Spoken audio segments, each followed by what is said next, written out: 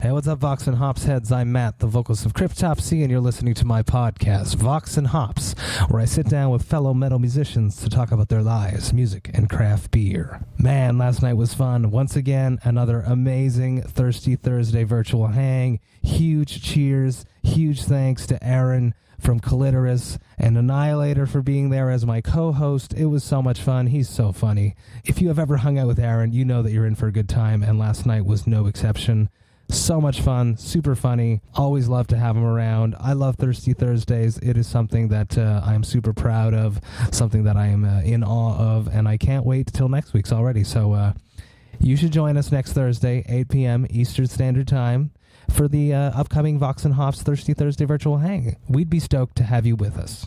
On today's episode, I'm with Christian Hector of Ahab. Here it is, Vox and Hops, episode number 164.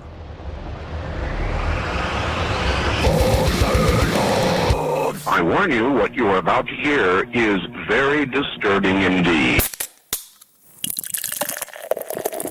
Hey, what's up, everyone? Today I'm with Chris Hector of Ahab, and I am super stoked to be with you. You guys just released a live album called Live Pray via Napalm Records, and I'm super stoked to have the chance to sit down and to pick your brain a little bit. But before we talk about this new revisiting of an album, let's touch on what's happening in this crazy world that we live in. There's a few things that I'm wrestling with COVID-19 right now.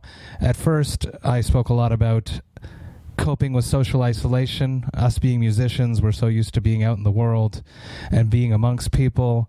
So I'm wondering how you have dealt with that. And then a secondary question, because I know that you live in Germany, so I know that you guys have started deconfinement a bit earlier than over here in North America where I'm from, and we are just starting to deconfine right now, and I'm struggling with that. So I'm wondering how you have coped with social isolation and are dealing with deconfinement. Yeah, I mean, I think it was like okay in Germany. I mean, for some people it wasn't probably, but for me it was okay because I mean I still had my job. I was still able to go to work. I mean, of course, we had home office as well, and we switched from week to week. So in the office there weren't that much people. So you had half of the people at home and half in the office. And of course, I have my family right here. I mean, my son, my little daughter, my girlfriend, and so. I mean, that helps a lot. And we have like a little place in front of the house where we can go out. And actually in Germany, I mean, you were allowed to go for a walk, for example. I mean, in Spain and Italy, it was like really shut down. You couldn't leave the house. And I think that would be hard for me too. So, I mean, I was fine. Of course, it was strange, like to not meet your friends, like in the evenings. I used to meet a good friend of mine, who is a photographer. We always went out to like for a bar, in the evening from time to time, and that just didn't happen. And so, and what really was shitty was that we're just about like to write new music for our album, and we just couldn't meet. So and we're not the bunch of guys that like send us MP3s or something like that. So I think that was shitty, but the rest was actually for me okay. That's good to hear. And it is good to hear that you still write in a room versus it's very interesting, all the people that I've spoken to over the past year, and especially now during COVID, to hear how many bands have flourished almost because they never jam in the same room together whatsoever. So it's refreshing to hear that you guys still have funny to say, an old school approach to composing new music. Yes, I mean, we're old guys. So, no, well, of course we compose riffs at home, but I mean, the songs, they just work when we're like in our rehearsal room. And of course it can be that one says, oh, that shit, we don't take that, and that's frustrating, but that I think that's part of being a musician in a band. Yes, probably we're a bit old school. Yeah, probably you're right. And I can also imagine it ties in with the genre too, as opposed to, let's say, an extreme technical death metal band such as my band, Cryptopsy. You guys can, parts change very quickly, so it's a riff into a little bit more of a riff, and then when we get together in a room, maybe we can feel it at that point that it needs to be repeated longer. But in a doom metal band, you guys write a few riffs and then you just vibe it out. So to do that via MP3 by yourself and not have that whole band feeding off of each other, feeling and vibe, I can imagine that it has to be in a room together. Yeah, I mean, I actually remember back in the days when I was a student at university, and a friend of mine was really into like hardcore death metal technical stuff, and he brought me actually to your band Cryptopsy, and I always was like, how the fuck can they play this stuff? And but I realized, I mean, it's really hard to play technical death metal stuff like Cryptopsy or the new gent bands, for example. But it's fucking hard to stay like straight if you play that slow, because I mean, if you fuck up in a real fast song, it sounds a bit shitty. But if you fuck up in a slow song, it sounds just horrible shitty. And I remember our first album, our first shows, and it was horrible because we were not used to play that slow, and now we're like, so yes, I mean, I think, I don't know, I mean, bass player and drummer are playing in kind of technical death metal band too, in the same rehearsal room, and they're a bit old school as well, and I think they play together in the rehearsal room too. So I think there's just many ways of like writing music. I mean, everything goes. Absolutely. Are you guys like, have you evolved to like an Inear system when you're on stage, where you have like a click to keep you guys together, or is it all just pure feeling and a sense of cohesion?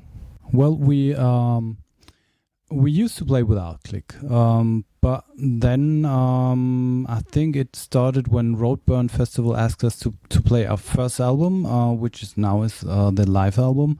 And back then, when Daniel and me just were in this tiny home studio and recorded this stuff, Daniel had this little keyboard, and he also knows how to play piano. So we had keyboards on the first album. And we just didn't want to get anyone involved in our band because it's like you say, some kind of microcosmos. And so that was the first time we needed to play click, but only the drummer plays to click. We're like, the rest is just like hearing what Cornelius plays, and just like, yeah. So nowadays we play with click, actually, yes. It's definitely something that is on my list of things to do to evolve a Cryptopsy experience, live experience.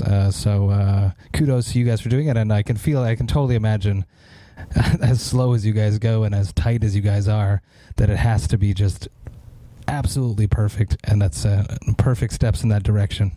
Of course, you're like absolutely perfect, but I actually remember a show. That's why we hated clicks back then. It was in Oslo. I think it was our third show, and the click went over the PA. No, yes, that's so horrible. Yeah, no, good front of house right there. Yeah. Vox&Hops is all about hanging out with my metal friends and talking about their lives, music, and craft beer. What beer do you have on your side there, Chris, to share with me now? I just discovered that some weeks ago. It's like called Sunday, but the fun fact about this beer, they have like a beer that's called Monday, Tuesday, cool. Thursday, yeah, and cool. And this one is a pale ale for Sunday. I mean, it's Saturday, but never mind. And this is a brewery from Munich, Germany. I mean, like Bavarian Beer is probably one of the most famous ones besides Belgian beer. And it has I mean, you probably know the German purity law with stuff like that, but they manage just by adding great hops to add this kind of grapefruity fruit style into this one. And of course, this is not a beer like to drink all evening long. This is something that you should just like enjoy and probably like put a vinyl on and just drink it with. Yeah, I mean not just to get drunk, but like to enjoy it. Yeah, so I really like that one, and I love this this really, yeah, like, I mean, it's minimalistic outfit, and I really like that. Yeah, the can art's super dope. Everyone at home, it's just like a nice yellow, and it just simply says Sunday Pale Ale. Who's the brewer of that one, Chris? It's called Brewers and Union. I think they actually are called just and Union in the internet. Perfect. And the next one I will drink is another Bavarian brewery. It's called Arcobräu. These are so nice, these little bottles. And this beer is called Moos Liesl, which is kind of Bavarian fun, and it's like a lager beer, and I really love that one. I think it's not the smallest brewery, but it's not one of the big ones. And in Germany, we say this is a Helles. That's right. Just like a blonde beer, and I love that. I think it was a year ago when I discovered that brewery. So yeah, I just have to open the bottle now. Go for it. And as you do that, I'll introduce my beer.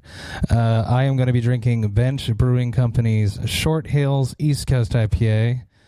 This is a cool little brewery out of Niagara Falls, Ontario, and they are mostly known for making wine. So this is like a beer company in wine country, they keep saying, and I'm stoked about this. A huge shout out to Nun So Vile for hooking me up with some of these Bench Brewing companies, because he works for Transbrew and Ushlag, and here in Quebec they are distributing a whole bunch of amazing breweries from across Canada, including Bench Brewing Company, and I'm stoked to try this, so I'm going to crack it on my side.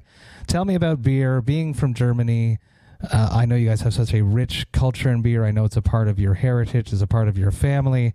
Do you remember your first beer? I don't remember my first beer, but I remember my first time being drunk, which wasn't that nice. No, but I remember my dad drinking beer with these big mugs with the like a stein with the top. Yeah, yes.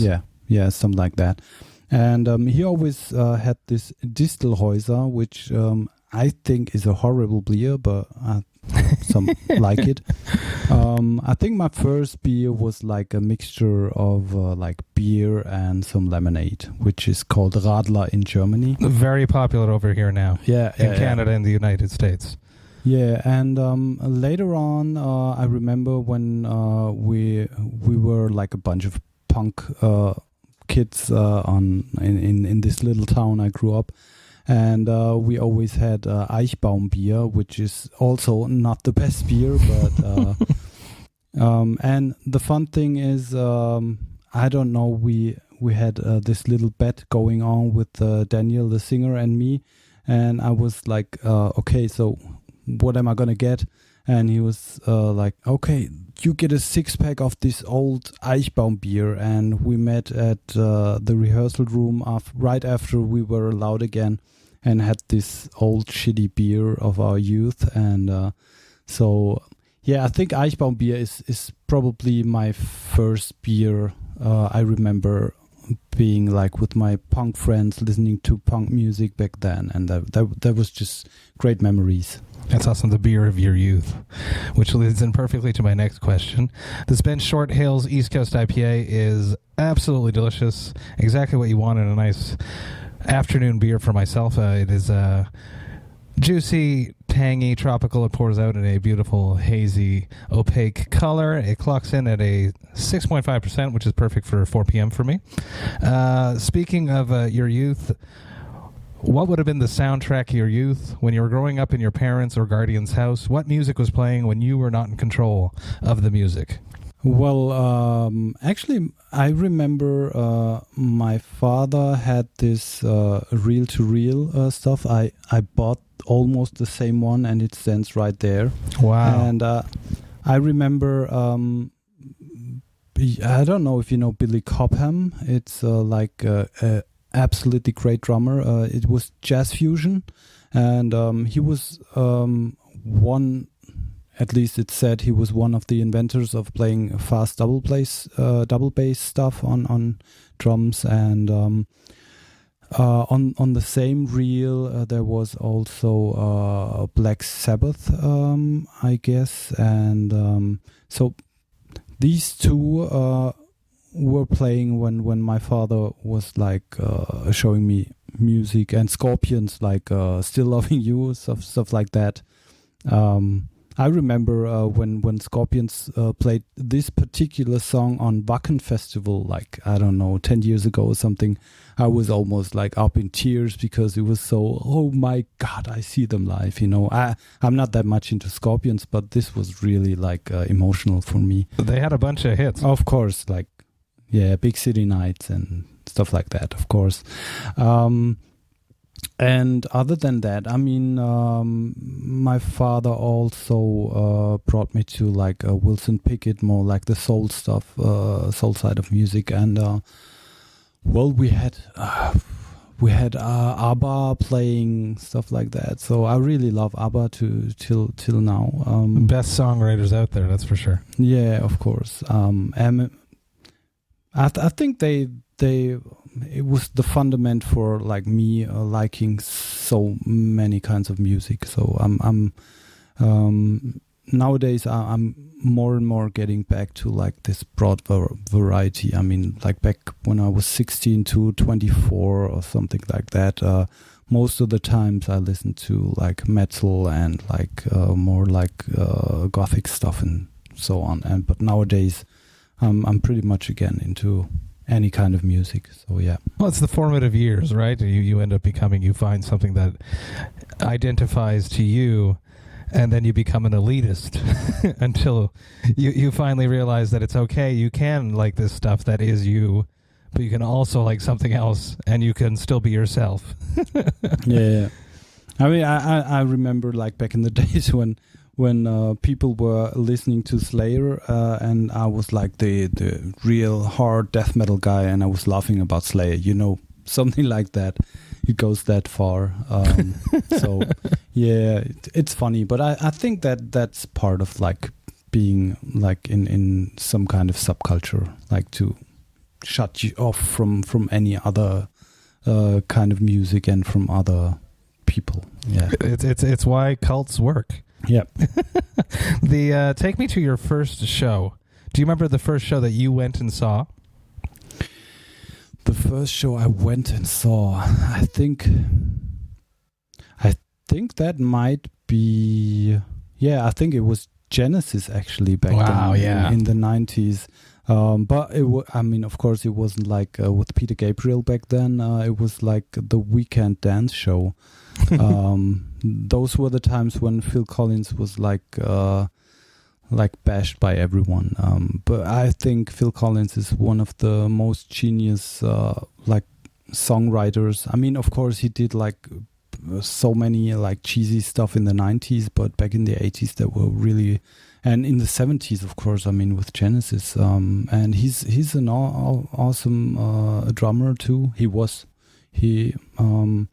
So yeah, that was the first show, and it was pretty much impressive for me because I mean, yeah, it was like such a huge concert, and it was the first I ever been to. So that was great, and I still like Genesis pretty much. Nowadays, a bit more like the 70s stuff, not that much the 80s, but there are also 80s songs I like. And actually, I've been to Phil Collins last year, and it was, yeah, I mean, he can't just sing. I mean, he can sing, but he doesn't get up there, and so it was a bit like, oh, poor guy. But yeah, what can you do? Everybody grows older. So that's why we have to stop when we're at the peak of our performance. Yeah, and then just never do it again. Yeah, that's the secret, sadly. But I shout out to Phil Collins for still doing it, and he is a master. And maybe it was just a bad night. Who knows? Let's transition to your first time on stage. My first time on stage, I remember that really well because it was a punk band, and all of the guys that played with me in that band, they couldn't play. It was just like, I mean, I was the guy that played Metallica in at home and played like horrible punk music, and it was called Tequila Bar, and it was just like, I mean, I think we didn't even play a real song that night because it was just like they just couldn't stay in rhythm and they didn't get everything right. And later that day, an amp fell over and the whole electricity in this whole bar went just nuts, and it was dark. And but it was great. And after that, I played in another band called, what was the name? I think Lawnmower's Death or something like that. I don't know.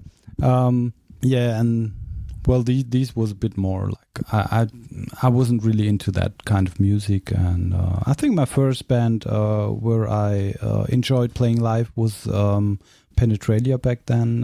That was my first time playing music with Daniel, the singer of Ahab, and that was cool. And afterwards we did Midnight Soul, of course, which wasn't. I mean, I like the music of Midnight Soul, of course, because I wrote quite a bunch of that songs, but it still wasn't the music I wanted to play. And the first time I really played music I wanted to play was Ahab, and I guess that's why we're still existing nowadays.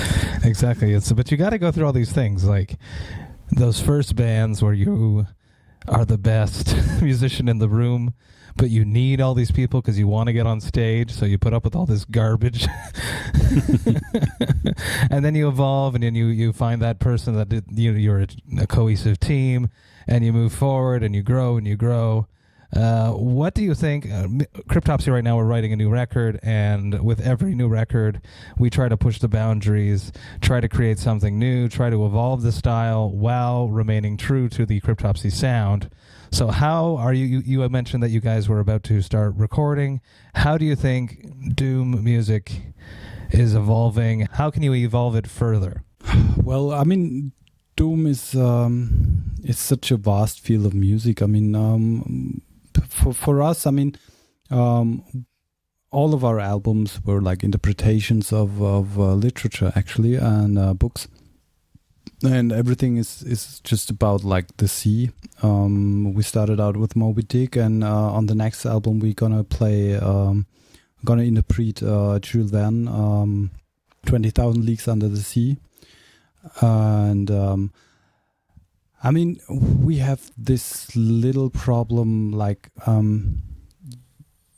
of course, same with your band. I mean, we'd like to evolve. We like to push the boundaries and stuff like that, and we managed to do that. But of course, we have to like incorporate the book into our music. And I mean, for example, I had once the idea to like do Das Boot. I don't know if you know that one, The Boat, and music wise, because it's all metal stuff and all industrial stuff, you needed to sound like much more harsh and much more bright and ringy, and just like metal, like the metal tubes of the submarines.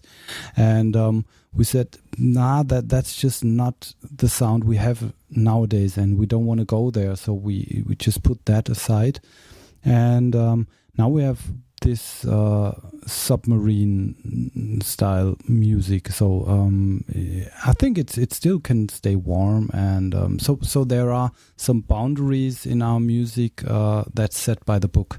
But still, I mean, on the last album we incorporated some jazzy tunes on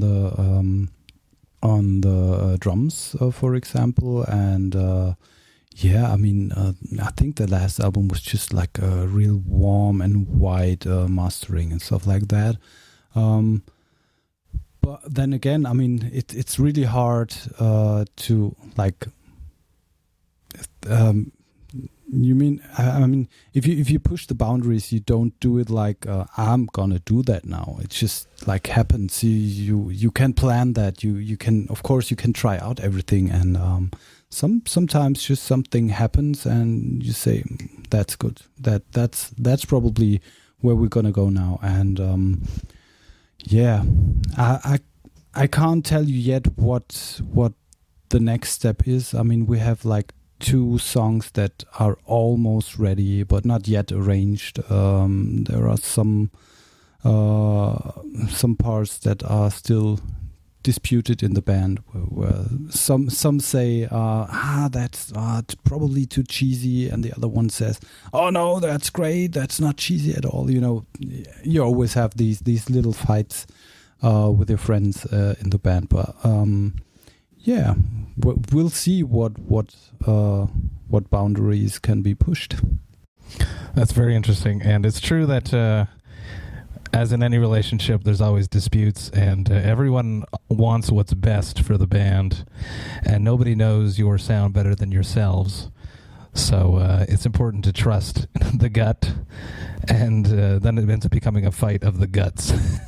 Yeah, I mean, what I always say in many rehearsals is we need to be careful to not limit ourselves, because I heard this sentence like, this doesn't sound like Ahab, and that's I don't like that sentence, because whatever we do, it's going to be Ahab, because we're Ahab, and if we write music, it's Ahab. I mean, I know what the guys mean, but then again,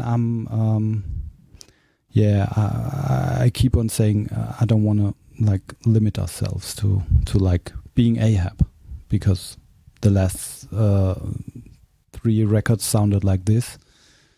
Yeah, I mean, probably you know that. I mean, Cryptopsy is around like a bit longer than Ahab is. Yeah, I've been in the band not as long as everything there, and we've gone through many lineup switches, member changes, some genre, still always within the death metal world, but you know, they never stuck to their laurels. After Nun So Vile, they went and did Whisper. They could have, I've spoken about this before on the podcast, they could have just put out another Nun So Vile, but they chose not to. They chose to do something different and turn some fans away, gaining a new fan base while retaining some of the older ones, and then people have like subsequently went back and listened and are a fan of both of them. I had the pleasure of playing Nun So Vile in its entirety, and getting ready for that was interesting and fun. It wasn't my material, but it was interesting to dive into that. So I'm wondering how, when you guys got ready for this Roadburn show and you went and played what became this new CD that just came out, Live Pray, how did you guys try to get back into that mind frame? Yeah, I mean, well, actually, we didn't even know that this show was recorded in Jena back then, and I mean, the Roadburn show was like fucked up by the computer back then, because we had this. I think it was some kind of buffer problem of the computer, and we recorded the whole stuff, and afterwards we knew it was just crap. I mean, we couldn't release that, and I mean, it was like disappointing that evening on Roadburn, because everybody, I mean, I don't know if you know Roadburn that well. It's one of the coolest metal festivals in the world.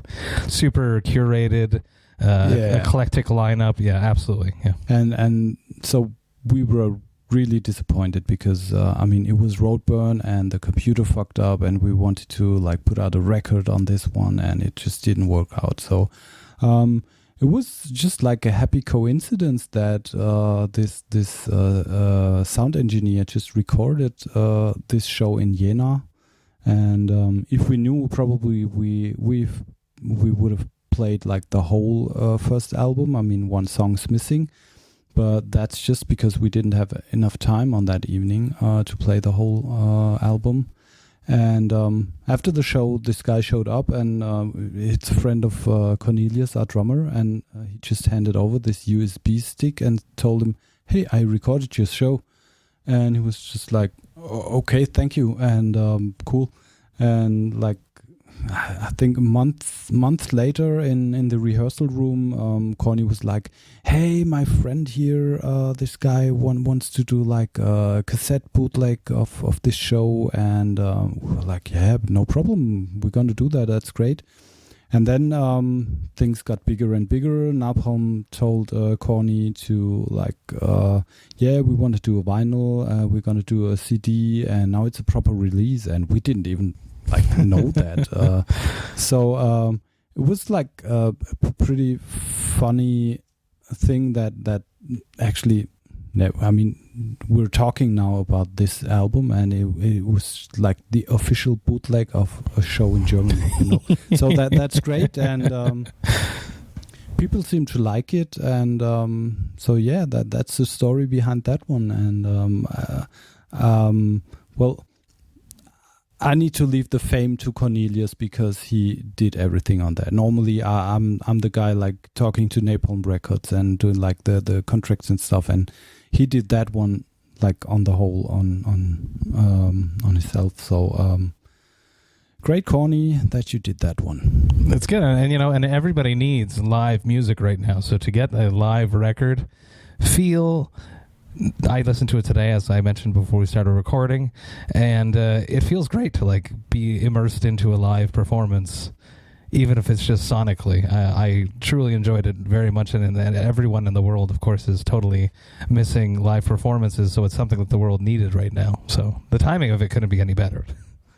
Yeah, I mean, it wasn't planned like that, but well, if we can help to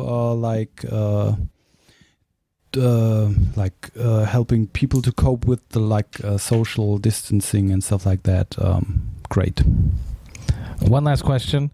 What is your hangover cure? My hangover cure? Oh, well, I mean, if you grow older, the hangovers get longer and longer. So when I was younger, I had like I think, but it's really weird. Back then I had a cigarette, a cherry Coke, and like you know, this Mars bar, this chocolate bar. That was my my hangover breakfast back then. And nowadays, I mean, besides, I'm not drinking that much anymore. Of course, when I go out with the guys, we drink quite some beer. But the next day, I think it's most of the times it's Indian food, much of it, and often that day.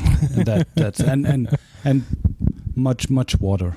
So yeah, that's my hangover cue nowadays. Awesome, and I love whenever I'm on tour and I end up getting a crate of good German beers. I can drink a lot of them, and I'll wake up the next morning and not be hungover, and that comes back to the law of purity. Yeah. The law of purity makes a clean beer, and you can drink a bunch of them. You'll be a bit thirsty. You'll drink a glass of water or two, and then you're like, I'm okay. I can do my day now. Yeah, but never drink a Jägermeister. No, that's always a bad idea. Yeah, indeed. That's almost, for me, almost instant headache. Yeah, I've learned that over the years to avoid that. And also, I mean, it's really shitty stuff, actually. Chris, thank you so much. I really appreciate you taking the time. Sit down with me, drinking some beer, talking about your life, some metal. This new Live Pray record just came out. Everyone, go check it out. It came out via Napalm Records, and it's a banger, and you should go check it out. So thank you, Chris. I really appreciate it. Cheers. Thank you very much. I think it was one of the best interviews I did. Hey, thank you all so much for listening right to the end. You know that I love and appreciate that.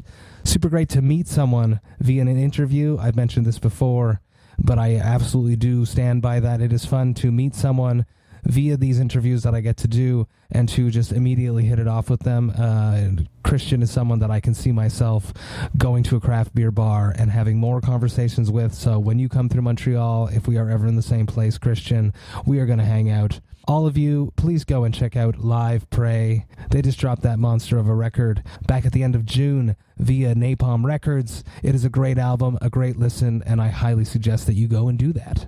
I hope you guys have a great weekend. I hope you get to relax, take it easy. I have some cool stuff coming up next week, something special. I'm not going to announce it just yet, but there's a special episode coming up next week, something that is very dear to me and consisting of 3 guests who are very important to me. So get stoked for that. That's going to drop next Tuesday. I hope you guys have a great weekend, relax, but most importantly, remember to enjoy life, metal, and craft beer. Cheers, Vox and Hops heads.